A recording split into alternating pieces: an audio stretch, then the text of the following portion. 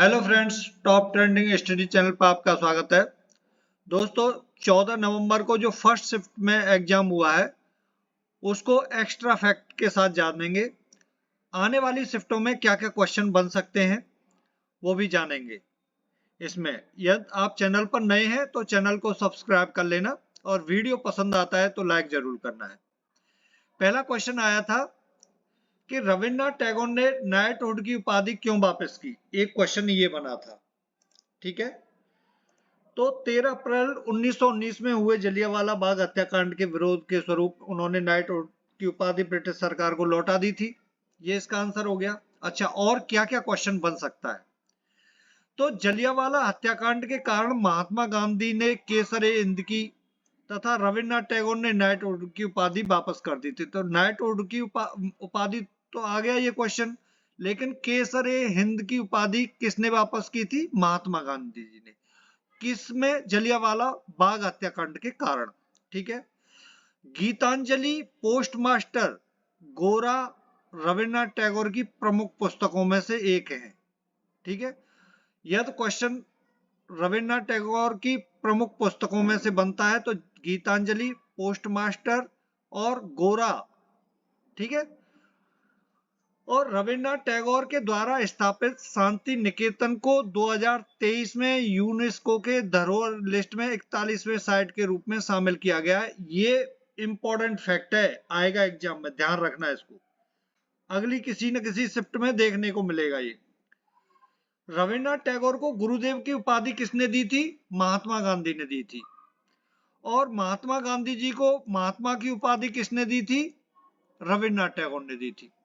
रविन्द्रनाथ टैगोर को गीतांजलि के लिए 1913 ईस्वी में साहित्य के क्षेत्र में भारत के लिए पहली बार नोबेल पुरस्कार मिला था, यदि यहां से क्वेश्चन बनता है तो।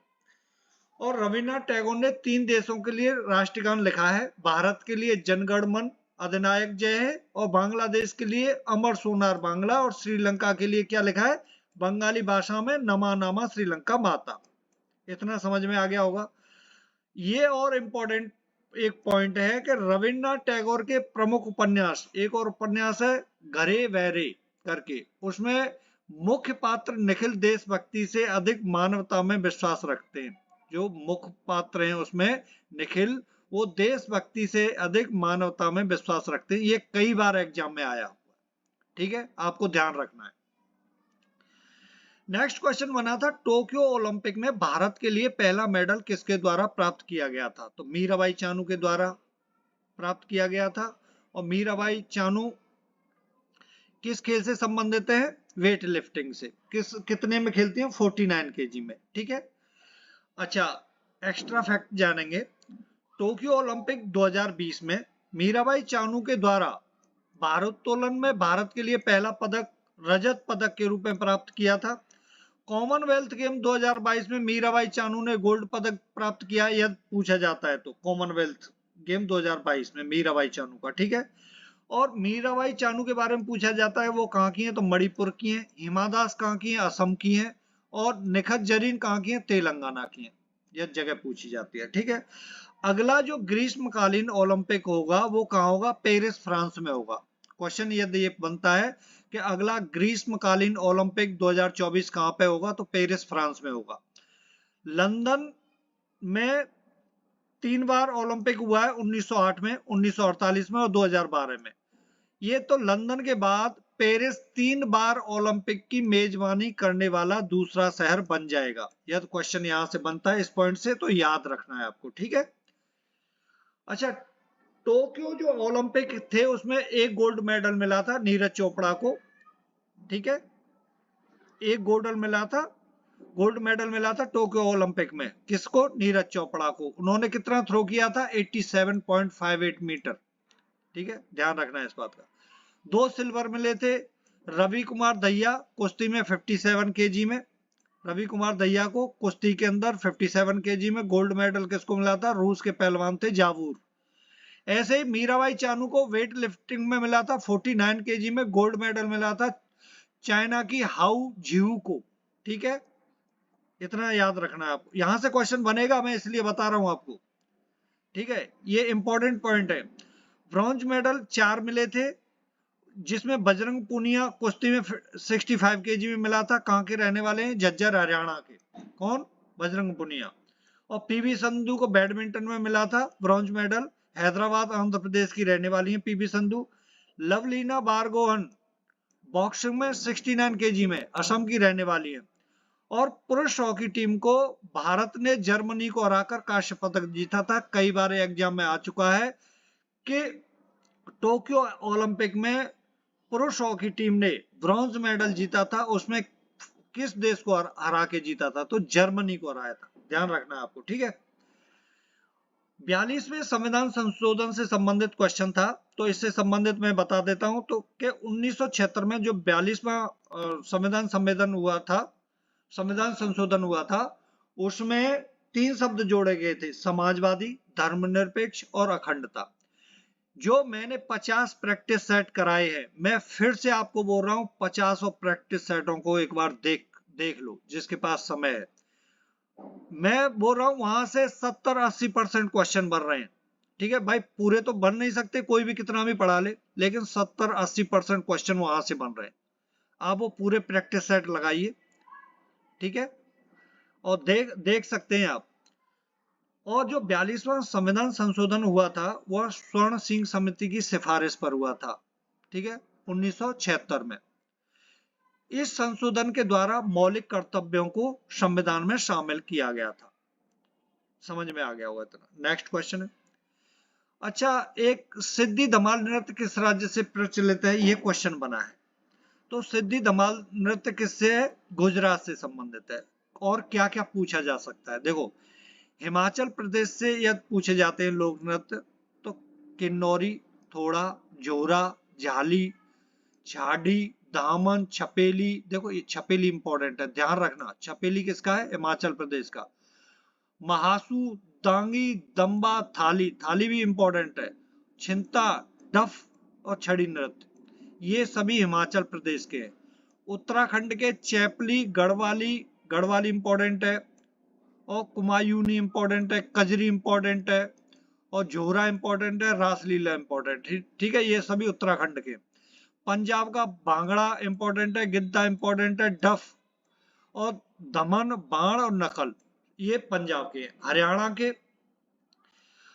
के झूमर, झूमर वेरी वेरी इंपॉर्टेंट है। फाग नृत्य, डैफ, धमाल, लूर, गुग्गा, खोर, गागोर। उत्तर प्रदेश के नौटंकी, रासलीला, काजरी, जोहरा, चैपली और जैता, सभी इंपॉर्टेंट है उत्तर प्रदेश के, ठीक। एक क्वेश्चन बना है, किसके तहत विदेशों में व्यापार पर प्रतिबंध लगाया जाता है? तो विदेशी मुद्रा प्रबंधन अधिनियम 1999 द्वारा विनियमित होते हैं, मतलब इसके द्वारा प्रबंध लगाया जाता है, विदेशी मुद्रा प्रबंधन अधिनियम 1999 के द्वारा। अच्छा, यहां से कई क्वेश्चन बने, वो पॉइंट मैंने लिए हैं। फेमा को भारतीय विदेशी मुद्रा बाजार के व्यवस्थित विकास और रखरखाव में सहायता के लिए भी तैयार किया गया है, ठीक है। इसी को जो विदेशी मुद्रा प्रबंधन अधिनियम है, इसी को फेमा बोलते हैं, 1999। फेमा अधिनियम के तहत भुगतान संतुलन विभिन्न देशों के नागरिकों के बीच वस्तुओं, सेवाओं और परिसंपत्तियों के लेन देन का रिकॉर्ड रखा जाता है, ठीक है। ये यहां से क्वेश्चन बना था। एक क्वेश्चन बना था, इस मुख्य रूप से 2 कैटेगरी में बांटा गया। कौन कौन सी कैटेगरी पूछी गई थी एग्जाम में? यानी पूंजी खाता और चालू खाता। कौन सा? यानी पूंजी खाता और चालू खाता।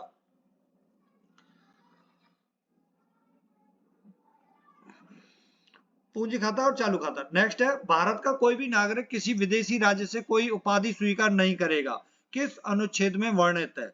वो है आर्टिकल 18 क्लॉज 2 में, है ना, आर्टिकल 18 क्लॉज 2 में। इसमें एक्स्ट्रा फैक्ट जानते हैं। देखो, 18 से क्लॉज से ये क्वेश्चन आया तो सभी क्लॉजों को जान लेते हैं, कहीं से भी क्वेश्चन बन सकता है। तो आर्टिकल 18 का क्लॉज 1 में क्या कहा गया है? राज्य सेवा या विद्या संबंधी सम्मान के सिवाय और कोई उपाधि प्रदान नहीं करेगा। आर्टिकल 18 क्लॉज 2 में भारत का कोई भी नागरिक किसी विदेशी राज्य से कोई उपाधि स्वीकार नहीं करेगा, ये तो आ गया। क्लॉज 3 क्या बोलता है आर्टिकल 18 का? कोई व्यक्ति जो भारत का नागरिक नहीं है, राज्य के अधीन लाभ या विश्वास के किसी भी पद को धारण करते हुए किसी विदेशी राज्य से कोई उपाधि राष्ट्रपति की सहमति के बिना स्वीकार नहीं करेगा। और आर्टिकल 18 का क्लॉज 4 क्या बोलता है? राज्य के अधीन लाभ या विश्वास का पद धारण करने वाला कोई व्यक्ति किसी विदेशी राज्य से या उसके अधीन किसी रूप में कोई भेंट, उपलब्धि या पद राष्ट्रपति की सहमति के बिना स्वीकार नहीं करेगा। इंपॉर्टेंट क्लॉज है चारों, चारों को आप याद कर लेना। किसी न किसी शिफ्ट में इन जो बचे हुए 3 क्लॉजों में से आपको क्वेश्चन देखने को मिलेगा। और हाँ, क्लॉज 19 वो आर्टिकल 19 के सभी जितने क्लॉज हैं सभी को याद कर लेना, वहां से अगली शिफ्ट में किसी न किसी में आएगा। नेक्स्ट है फॉरवर्ड ब्लॉक की स्थापना किसने की थी? इतना मतलब ये समझ लो जो मैंने प्रैक्टिस सेट कराए हैं सब क्वेश्चन वहीं से आ रहे हैं। तो 1939 में पश्चिम बंगाल में सुभाष चंद्र बोस ने की थी फॉरवर्ड ब्लॉक की स्थापना। सुभाष चंद्र बोस से क्वेश्चन बनेंगे, मैंने प्रैक्टिस सेटों में बताया है ये बात, तो मैं इसके बारे में बता देता हूँ। 22 जून 1939 में भारतीय राष्ट्रीय कांग्रेस के फॉरवर्ड ब्लॉक का गठन किया गया था। भारतीय राष्ट्रीय कांग्रेस से अलग होकर, है ना, ये टाइपिंग मिस्टेक है, भारतीय राष्ट्रीय कांग्रेस से अलग होकर फॉरवर्ड ब्लॉक का गठन किया गया था सुभाष चंद्र बोस द्वारा। विचारधारा के कई बिंदुओं पर बोस के महात्मा गांधी के साथ कई मतभेद थे, इसीलिए उन्होंने राष्ट्रीय कांग्रेस से इस्तीफा दे दिया था, जिसके कारण उन्हें 29 अप्रैल 1939 को भारतीय राष्ट्रीय कांग्रेस से इस्तीफा देना पड़ा। यहां से क्वेश्चन आता है, सुभाष चंद्र बोस को 1939 में डॉक्टर पट्टाभी सीतारमैया के खिलाफ, ये क्वेश्चन बना था कि जब सुभाष चंद्र बोस राष्ट्रीय कांग्रेस के अध्यक्ष बने थे 1939 में, तो उनके खिलाफ किसने इलेक्शन लड़ा था? ठीक है, तो सीतारमैया ने लड़ा था। ठीक है, तो इसका ध्यान रखना है आपको, आएगा ये क्वेश्चन, फिर मैं बता रहा हूं आपको ये क्वेश्चन आएगा, इंपॉर्टेंट क्वेश्चन है, यहां से इंपॉर्टेंट पॉइंट है, क्वेश्चन बनेगा ही बनेगा। सुभाष चंद्र बोस और सरदुल सिंह कविसर क्रमशः पार्टी के पहले अध्यक्ष और उपाध्यक्ष थे। तो ये क्वेश्चन बनता है कि सुभाष चंद्र बोस जिस समय अध्यक्ष थे उस समय उपाध्यक्ष कौन थे? ये क्वेश्चन बना है और बनेगा आगे, उसमें सुभाष चंद्र बोस से क्वेश्चन आना ही आना है। नेक्स्ट है, कौन सा स्मारक कर्नाटक में नहीं है? ऐसे करके क्वेश्चन बना था। तो बेलगांव किला जो है वो मैं बता देता हूं आपको। बेलगांव किला, हम्पी स्मारक समूह, बीदर किला, गोल गुंबज चौबारा, ये सभी कर्नाटक में है। तो ऑप्शन में जो होगा हम टिक कर सकते हैं वहां से। अच्छा, यदि कर्नाटक से क्वेश्चन बना है तो ये बन सकता है, आदिल शाह का मकबरा गोल गुंबज कर्नाटक के बीजापुर में स्थित है। इंपॉर्टेंट पॉइंट है। ठीक है, यह दुनिया का सबसे बड़ा, ये वेरी वेरी इंपॉर्टेंट है, यह दुनिया का सबसे बड़ा चिनाई वाला गुंबद है। ठीक, अच्छा, कर्नाटक में प्रमुख मंदिरों को जान लेते हैं। विद्याशंकर मंदिर है श्रृंगेरी में। ठीक है, मुरुदेश्वर शिव मंदिर है भटकल में, और विठल मंदिर है हम्पी में, और उडुपी श्री कृष्ण मंदिर है उडुपी में। और गोकर्ण महाबलेश्वर मंदिर है गोकर्ण में, चेन्ना केशव मंदिर है वेलूर में, और कोलार में है कोटिलिंगेश्वर मंदिर, और पत्तदकल में है मल्लिकार्जुन मंदिर। याद रखना, कर्नाटक से क्वेश्चन बन रहे हैं तो मंदिरों के बारे में भी बनेगा ही बनेगा। प्लेइंग टू विन पुस्तक के लेखक मतलब किसकी है ये पुस्तक? तो साइना नेहवाल की है playing to win. Playing to win क्या क्या पूछा जा सकता है? अब्दुल कलाम की इंपॉर्टेंट है विंग्स ऑफ फायर, आएगी किसी न किसी शिफ्ट में। The test of my life Yuvraj Singh की है आत्मकथा। वाइड एंगल अनिल कुंबले की है। A century is not enough Sourav Ganguly की है। याद रखना है इनको, इनमें से कोई ना कोई आगे आएगा क्वेश्चन। नेक्स्ट क्वेश्चन बना है, सरकार द्वारा किस वर्ष तक निःशुल्क शिक्षा प्रदान की जाती है? इस तरीके से क्वेश्चन था। तो संविधान के अनुच्छेद 21 में 6 से 14 वर्ष तक के बच्चों के लिए अनिवार्य एवं निःशुल्क शिक्षा की व्यवस्था की गई है, जो 86वें संविधान संशोधन द्वारा आर्टिकल 21 के क्लॉज ए में प्राथमिक शिक्षा सब नागरिकों का मूलाधिकार बना दिया गया है। निःशुल्क एवं अनिवार्य शिक्षा अधिनियम 2009 पारित किया गया है, जो 1 अप्रैल 2010 से लागू हुआ है। नेक्स्ट है, पहली पंचवर्षीय योजना कब से कब तक थी, या क्वेश्चन ऐसे था, पंचवर्षीय योजना कहां से ली गई है। इस तरीके से क्वेश्चन मतलब पूरा वो नहीं हो पाया, तो जैसे भी हो हम पूरा बता देते हैं आपको। आंसर है इसका, पंचवर्षीय योजना की अवधारणा कहां से ली गई है, सोवियत संघ से, सोवियत संघ से ली गई है। और इसमें सभी योजनाओं को बताता हूं मैं। पहली योजना कब से कब तक थी, 1951 से 1956 तक। दूसरी योजना आती है 1956 से 1961 तक, और 1961 से 1966 तक आती है तीसरी योजना।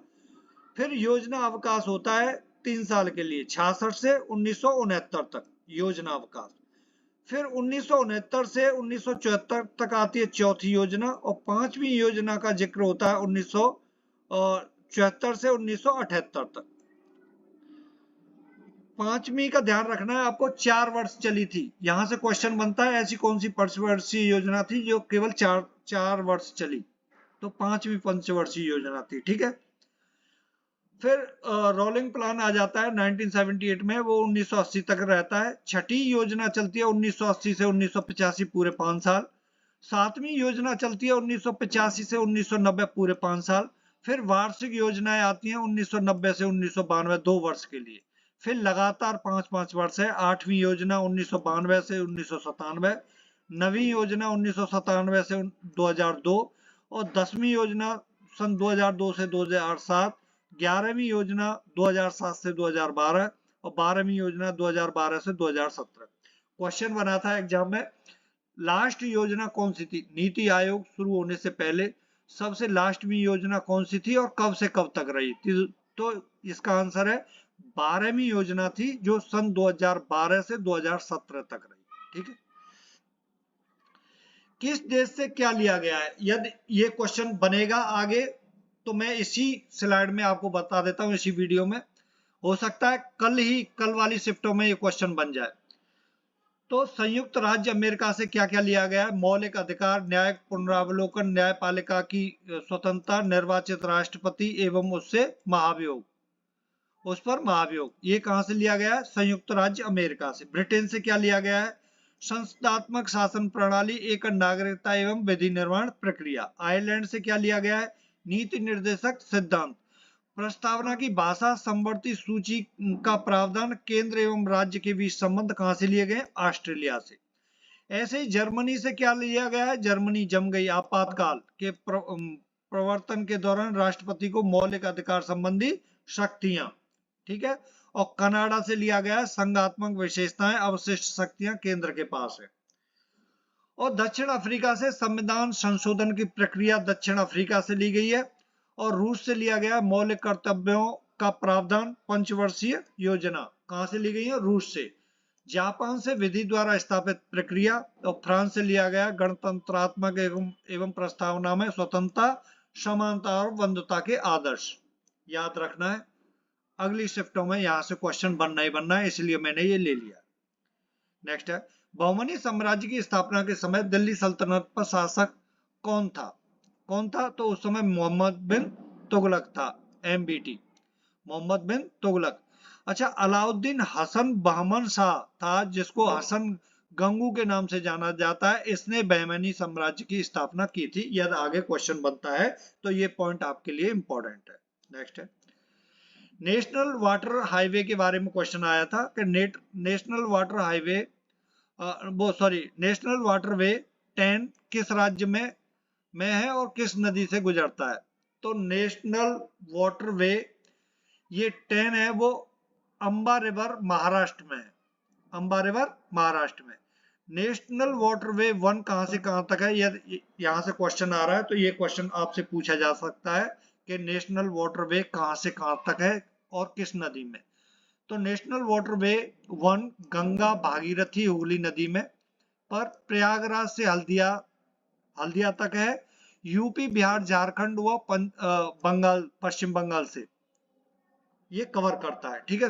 और टोटल 1620 किलोमीटर लंबा है। क्वेश्चन आएगा किसी न किसी शिफ्ट में। ऐसे नेशनल वाटरवे 2 ब्रह्मपुत्र नदी पर शादिया से धुबरी तक है, आसाम में है, 891 किलोमीटर लंबा है। ठीक है। नेशनल वाटरवे 3 पश्चिमी तट नहर, चंपकारा नहर और उद्योग मंडल नहर तीनों को कवर करता है और कोट्टापुरम में कोलम केरल में 205 किलोमीटर लंबा है। ऐसे ही नेशनल वाटरवे 4 है कृष्णा और गोदावरी नदी पर काकीनाडा पुडुचेरी नहरों का विस्तार है और कालुवेली टैंक और भद्राचलम राजमुंदरी वाजीरावा विजयवाड़ा में है। आंध्र प्रदेश और तमिलनाडु पांडुचेरी इन तीनों को कवर करता है, 1095 किलोमीटर लंबा है। समझ में आया? कुछ नहीं आया सर, ऊपर से निकल गया। नेशनल वाटरवे 4 कृष्णा, यदि पूछता है कौन कौन सी नदी हैं तो कृष्णा और गोदावरी नदी। ठीक है। और कौन कौन सी नहरों का विस्तार है? काकीनाडा पुदुचेरी नहरों का, जिसमें कालुवेंटी टैंक और भद्राचलम राजमुंदरी और वाजीरावा विजयवाड़ा ये सभी जगह हैं यहाँ से। ठीक है। और ये आंध्र प्रदेश, तमिलनाडु और पुदुचेरी सबको कवर करता है और टोटल 1095 किलोमीटर लंबा है। ऐसे 83 आता है तो महाराष्ट्र में है, राजपुरी क्रीक, और ये 100 आता है तो तापी रिवर पर, गुजरात महाराष्ट्र, और नेशनल वाटरवे 73 आता है तो नर्मदा रिवर पर है। ठीक है। वैसे यहां तक आएगा नहीं, आपको केवल ये 3 वाटरवे आपको याद रखने, मेन तो ये 2 ही रखने, लेकिन ये यहाँ तक 3 तक आप रख लेना। 10 तो पता नहीं कैसे दे दिया, वैसे आता नहीं है, चलो आप देख लेना पूरे कंप्लीट। ठीक है। भरतनाट्यम डांस की उत्पत्ति किस राज्य में हुई है? क्वेश्चन बना है, मैंने बताया था हर प्रैक्टिस सेट में बताया था कि यहाँ से क्वेश्चन बनेगा, और पूरा अलग अलग मैंने कई बार समझाया अलग अलग प्रैक्टिस सेटों में। भरतनाट्यम डांस की उत्पत्ति किस राज्य में हुई है? इस नृत्य को तमिलनाडु में देवदासियों द्वारा विकसित व प्रसारित किया गया था। ठीक है। तो कहां से हुई है? तमिलनाडु से। भारत के शास्त्रीय नृत्य और राज्य सुनो कौन कौन से। फिर आएगा क्वेश्चन, भरतनाट्यम तमिलनाडु से है, केरल से है कथकली, मोहिनीअट्टम केरल, कुचिपुड़ी आंध्र प्रदेश और ओडिसी उड़ीसा से। मणिपुरी मणिपुर से और कथक उत्तर प्रदेश और सत्रिया असम से। टोटल कितने शास्त्रीय नृत्य हैं? 8 हैं। ठीक है। संगीत नाटक अकेडमी के अनुसार टोटल कितने शास्त्रीय नृत्य हैं? ये क्वेश्चन पूछा जाता है, तो टोटल कितने? 8 हैं। 2011 की जनगणना के अनुसार भारत में सर्वाधिक साक्षरता किस राज्य एंड यूटी की है? तो केरल राज्य की है और लक्षद्वीप यूटी की है। प्यादा का संबंध कौन से खेल से है? तो भैया शतरंज से है। ये तो एक क्वेश्चन बनाया, सन 2023 में IBA women world boxing championship कहाँ हुई है? तो नई दिल्ली में हुई है, केडी जादव इंदौर हॉल में। ठीक है। भारत के अंदर ही, मार्च 2023 में। यहां से क्वेश्चन बनेगा, जितने क्वेश्चन है वो पॉइंट है, आप नोट कर लेना। भारत ने इसमें 4 गोल्ड जीते। ठीक है। नीतू गंगास ने जीता, और निखत जरीन ने, स्वीटी बोरा ने और लवलीना बोरगोन ने, इन सभी ने स्वर्ण पदक जीते हैं। चारों का देख लेना। ठीक है। और जो IBA मेंस वर्ल्ड जो बॉक्सिंग चैंपियनशिप है वो कहाँ हुई है? क्वेश्चन बनता है तो 2023 की ताशकंद में, उज्बेकिस्तान में। वो उज्बेकिस्तानी वहां क्या रहा है? फर्स्ट रहा है। और यहाँ कौन? इंडिया फर्स्ट रहा था इसमें। ठीक है। इंडिया फर्स्ट रहा था। प्रधानमंत्री गरीब कल्याण योजना की शुरुआत कब हुई थी? ये क्वेश्चन आया था, तो 2016 में हुई थी इसकी शुरुआत। इसमें क्या है? भ्रष्ट लोगों के बैंकों में जमा कराए जाने वाले काले धन को सरकार गरीबों के विकास में लगाएगी। ये इसमें मतलब ये सोच थी इस गरीब कल्याण योजना की। पैसे जमा करने के लिए सरकार ने 31 मार्च 2017 तक का समय दिया था। ये दोनों पॉइंट हैं, दोनों को आप याद रखना। यदि यहां से क्वेश्चन बना है तो अगली शिफ्ट में कोई किसी भी पॉइंट से बन सकता है, इन दोनों में से। भारत में आर्थिक सुधार 1991 के दौरान प्रधानमंत्री कौन थे? ये क्वेश्चन पूछा गया तो पीवी नरसिम्हा राव थे और उस समय वित्त मंत्री कौन थे? आर्थिक सलाहकार। आर्थिक नीति की शुरुआत तत्कालीन वित्त मंत्री थे उस समय मनमोहन सिंह। ठीक है। पाचन के बाद शरीर ये मतलब साइंस से क्वेश्चन बने कुछ। पाचन के बाद शरीर से किसका उत्सर्जन होता है? तो अवशिष्ट पदार्थों का होता है। ये क्वेश्चन था। कौन सा उत्कृष्ट गैस नहीं है? तो मैंने ये प्रत्येक प्रैक्टिस सेट में बताया कि ये जो समूह 18 है यहाँ से क्वेश्चन बनता ही बनता है। ठीक है, क्योंकि साइंस के क्वेश्चन ज्यादा नहीं बनेंगे इस एग्जाम में, 3-4 सबसे ज्यादा बनेंगे पॉलिटी, हिस्ट्री, ठीक है, और करंट। जिसकी पॉलिटी अच्छी है, हिस्ट्री अच्छी है और करंट अफेयर अच्छी है, अच्छे नंबर आएंगे उसके। और बस ये शास्त्रीय नृत्य वगैरह कौन सा कहाँ का मेला है और ये मतलब आप वो कर लो तो उसी से हो जाएगा। आदित्य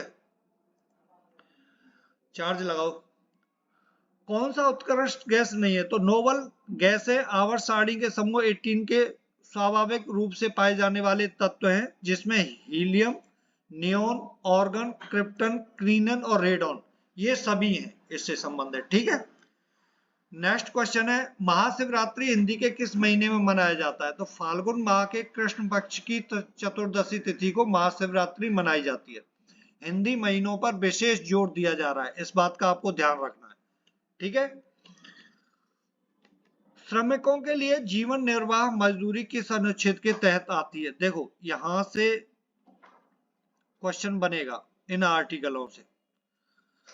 तो श्रमिकों के लिए जीवन निर्वाह मजदूरी किस अनुच्छेद के तहत आती है? तो वो ये मैं पूरे आपको आर्टिकल बताता हूं जहां जहां से बनता है। तो श्रमिकों के लिए निर्वाह मजदूरी अनुच्छेद 43 के अंतर्गत आती है। निर्वाह मजदूरी क्या होती है ये मैं बताता हूं। यह एक विशिष्ट समुदाय में रहने की लागत के आधार पर बुनियादी जरूरतों के भुगतान के लिए आवश्यक न्यूनतम आय प्रदान करने के लिए आवश्यक मजदूरी है। इसी के अंतर्गत आता है आर्टिकल 41। उसमें क्या, कुछ परिस्थितियों में सभी नागरिकों को काम, शिक्षा और लोक सहायता पाने का अधिकार होगा। ठीक है, आर्टिकल 40 ये वेरी वेरी इंपॉर्टेंट है, हो सकता है कल ही आ जाए शिफ्ट में। आर्टिकल 42 न्याय संगत और मानव उचित दशाओं तथा प्रसूति सहायता का प्रावधान। क्वेश्चन बनता है प्रसूति सहायता का प्रावधान किस आर्टिकल से किस आर्टिकल में उल्लेखित है? तो आर्टिकल 42। आर्टिकल 43 है मजदूरी और कुटीर उद्योगों का प्रोत्साहन। और आर्टिकल 44 है समान नागरिक संहिता लागू करने का प्रावधान। ठीक है, इंपॉर्टेंट है ये सभी। राष्ट्रपति के क्षमादान के संबंध में गलत कथन है, कोई कथन दिए हुए होंगे और ये क्वेश्चन सेम टू सेम मेरे प्रैक्टिस सेट में आप देख लेना इसको। ठीक है। भारतीय संविधान का अनुच्छेद 72 भारत के राष्ट्रपति को क्षमादान की शक्तियों से संबंधित है। 72 इसमें अपराध के लिए दोषी ठहराए गए किसी व्यक्ति की सजा को माफ करने, राहत देने, छूट देने या निलंबित करने, हटाने या कम करने की शक्ति होगी, जहां दंड मौत की सजा के रूप में है, राष्ट्रपति के लिए है। लेकिन इसमें क्या है, इसमें प्रावधान यह है कि राष्ट्रपति कैबिनेट की सलाह के लिए दया याचिका को गृह मंत्रालय को अग्रेसित करता है। ठीक है ना, गृह मंत्रालय को अग्रेसित करते हैं पहले राष्ट्रपति जी। आर्टिकल 161 है, उसके तहत भारत में राज्यपाल को भी क्षमादान की शक्ति है, लेकिन वो किसको, मौत को नहीं क्षमा कर सकते। मतलब जिसको मृत्यु दंड दिया गया है, सॉरी मौत नहीं बोल सकते, मृत्यु दंड दिया गया उसको राज्यपाल क्षमा नहीं कर सकते। इसमें राष्ट्रपति उन सभी मामलों में क्षमादान दे सकता है जिनमें मृत्यु दंड की सजा दी गई है, लेकिन राज्यपाल की क्षमादान की शक्ति मृत्यु दंड के मामलों तक विस्तारित नहीं है। इस पॉइंट को आपको ध्यान रखना है, आएगा क्वेश्चन। राज्य विधानमंडल का सत्र कौन बुलाता है? ये क्वेश्चन आया था। तो राज्यपाल बुलाते हैं, किस आर्टिकल के अंतर्गत? 174 के अनुसार राज्यपाल समय समय पर राज्य विधानमंडल के सदन या प्रत्येक सदन को ऐसे अधिवेशन के लिए आहूत करेगा, मतलब बुलाएगा। ठीक है। संसद के संयुक्त बैठक को राष्ट्रपति द्वारा बुलाया जाता है। आगे क्वेश्चन आएगा, वेरी वेरी इंपॉर्टेंट है। कौन से आर्टिकल के अंतर्गत? आर्टिकल 108 के अंतर्गत। ठीक है। संसद, लोकसभा और राज्यसभा की संयुक्त बैठक की अध्यक्षता कौन करते हैं? लोकसभा के अध्यक्ष। और लोकसभा के अध्यक्ष उपस्थित ना हो तो उपाध्यक्ष करते हैं। ठीक है। राज्य विधानसभा में धन विधेयक राज्यपाल की पूर्व अनुमति से ही प्रस्तुत किया जा सकता है। ये पॉइंट भी आपको ध्यान रखना है, इंपॉर्टेंट है। संविधान के अनुच्छेद 110 में धन विधेयक की परिभाषा दी गई है। वेरी वेरी इंपॉर्टेंट है ये पॉइंट। ठीक है। आर्टिकल 110 किससे संबंधित है? ये क्वेश्चन बनता है, या क्वेश्चन बनता है धन विधेयक से संबंधित कौन सा आर्टिकल है? धन विधेयक लोकसभा में पारित होने के उपरांत उसे राज्यसभा के विचारार्थ भेजा जाता है और 14 दिनों के अंदर उसे स्वीकृति देनी होती है, अन्यथा इसे राज्यसभा द्वारा पारित माना जाता है। उत्तर प्रदेश का कौन एक त्योहार है? ऐसे क्वेश्चन था तो ताज महोत्सव है जो आगरा में मनाया जाता है। उसमें 2023 में महोत्सव की थीम क्या थी? ताज महोत्सव की थीम थी वसुधैव कुटुंबकम, है ना, जो G20 में रखी गई थी। वसुधैव कुटुंबकम थीम थी। ये आएगी, थीम है जो थीम पूछी जाएगी किसी न किसी शिफ्ट में, ध्यान रखना। यूपी के डांस बता देता हूँ। कथक, नौटंकी, रासलीला, जोड़ा, छपेली, जैता, चरकुला, ख्याल, दादरा और कजरी नृत्य यूपी के इंपॉर्टेंट नृत्य हैं, यदि पूछे जाते हैं तो। नेक्स्ट क्वेश्चन है, अल्लाह रखा खां का संबंध किस वाद्य यंत्र से? प्रैक्टिस सेटों में बोल बोल के थक गया मैं कि यहाँ से क्वेश्चन आएगा, इन सभी को आप याद कर लो। ठीक है ना। जिसने याद कर लिया होगा अच्छे नंबर आ जाएंगे, है ना। यह याद रखना आपको 0.5, 0.1 इन पे मेरिट रुक जाती है, 0.1 पर भी।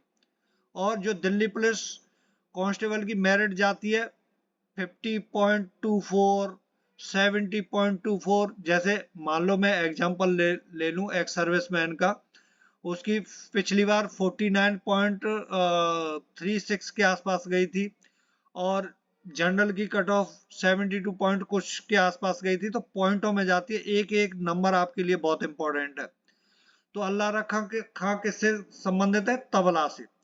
ऐसे ही प्रमुख तबला वादक कौन कौन है? जाकिर हुसैन, साबिर खान, अल्लाह रखा खां, पंडित किशन महाराज, ये इंपॉर्टेंट है, आएंगे। संदीप दास, उस्ताद सफात अहमद खान, पंडित ज्ञान प्रकाश घोष और गुदई महाराज, लतीफ खां, सुखविंदर सिंह, ये सभी तबला वादक हैं। ऐसे ही सारंगी से शकूर खान, पंडित राम नारायण, रमेश मिश्रा, सुल्तान खान, उस्ताद बिंदा खां और अब्दुल लतीफ। वायलिन से संबंधित है लालगुड़ी जयराम, इंपॉर्टेंट है। वीजी जोग, एम चंद्रशेखर, इंपॉर्टेंट है। NR मुरलीधरन और MS गोपाल कृष्णन। इनको रट लो आप, ठीक है ना। लिख के अपने तकिए के नीचे लगा के सो जाओ, जब उठो तब पढ़ लिया करो इनको। 10-15 बार पढ़ दो, याद हो जाएंगे सब।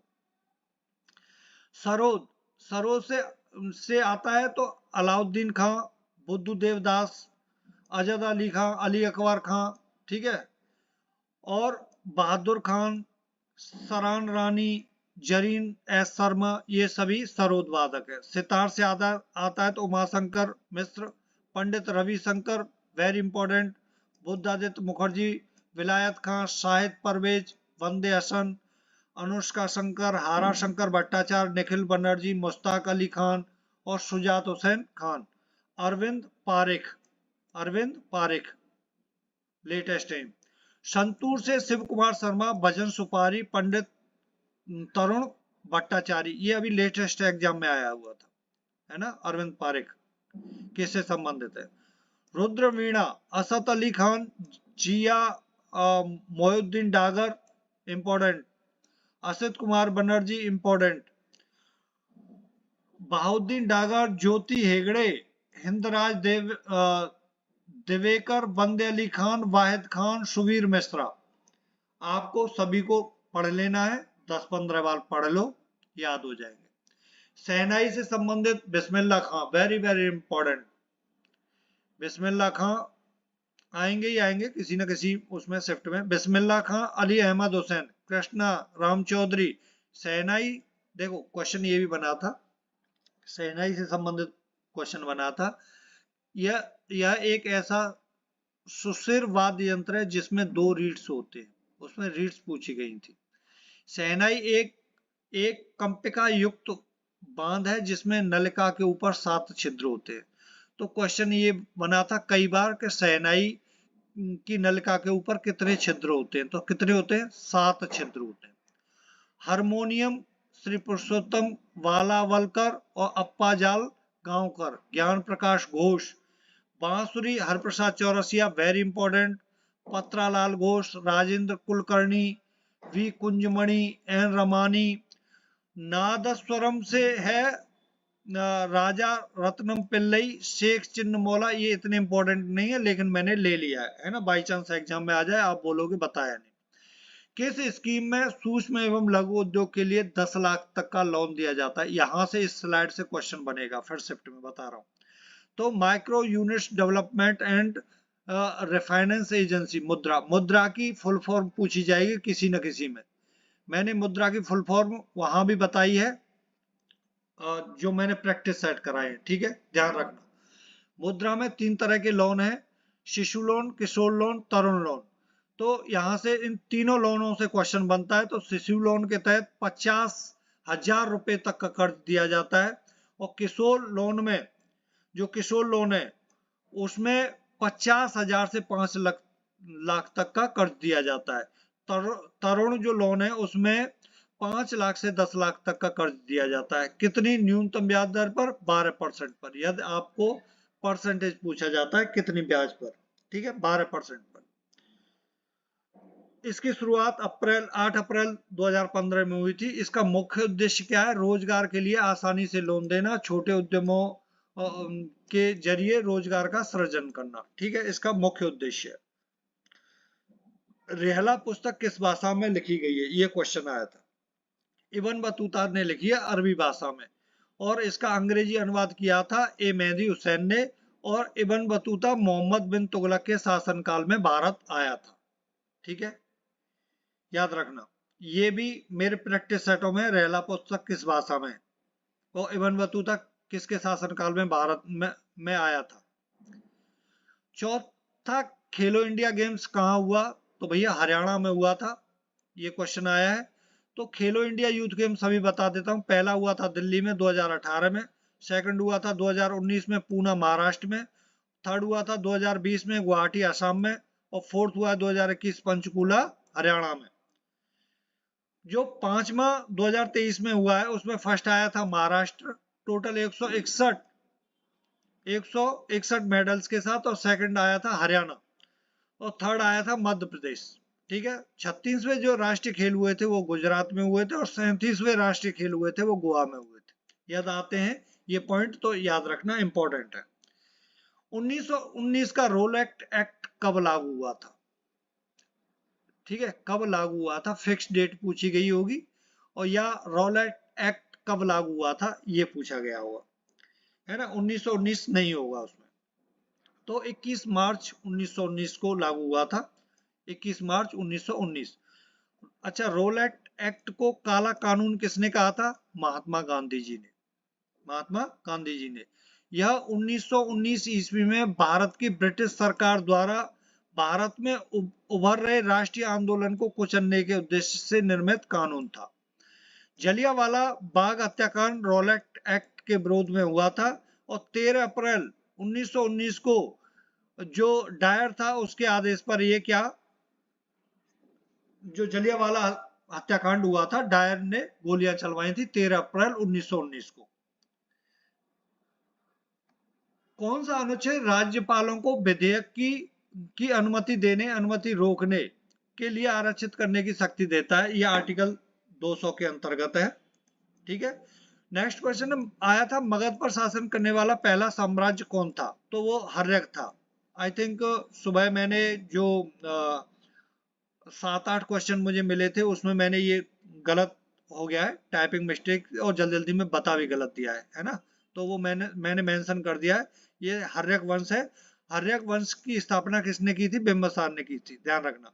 उन्होंने 543 ईस्वी में 543 ईसा पूर्व से 491 ईसा पूर्व तक मगध साम्राज्य पर शासन किया था। किसने? बिंबिसार ने, ठीक है।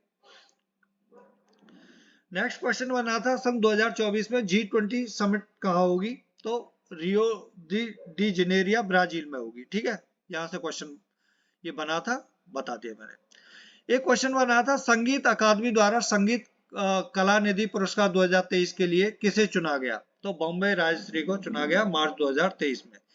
इसे कर्नाटक संगीत के क्षेत्र में सर्वोच्च पुरस्कार माना जाता है। यह पुरस्कार मद्रास संगीत अकादमी द्वारा प्रदान किया जाता है। कौन सी आग्नेय चट्टान है, देखो पहली बात, आग्नेय चट्टान किसको बोला जाता है, आग्नेय शैल जो उसे बोलते हैं जो मैग्मा और लावा के जमने से आग्नेय चट्टान का निर्माण होता है। उसके उदाहरण है ग्रेनाइट और बेसाल्ट। ये ऑप्शन में होंगी, आपने टिक कर दिया होगा। यदि अवसादी शैलों में आ जाता है तो इसे द्वितीय चट्टान कहा जाता है। इसके उदाहरण है बलुआ पत्थर और चूना पत्थर। यही आते हैं, बार बार आते हैं एग्जाम में। अवसादी शैल हैं, आपको दे देगा बलुआ पत्थर और 3 और ऑप्शन दे देगा, तो बलुआ पत्थर पर टिक करना है। ठीक है, ऐसे ही रूपांतरित शैल के उदाहरण है फाइलाइट, शिस्ट, नीस और क्वार्टरजाइट और मार्बल। ठीक है, रूपांतरित शैल के। Thank you for watching this video. देखते हैं अभी जो सेकंड शिफ्ट और लास्ट शिफ्ट हुई है उसका मैं एक्स्ट्रा फैक्ट्स के साथ वीडियो रात को बनाता हूँ और लेके आता हूँ। ठीक है ना।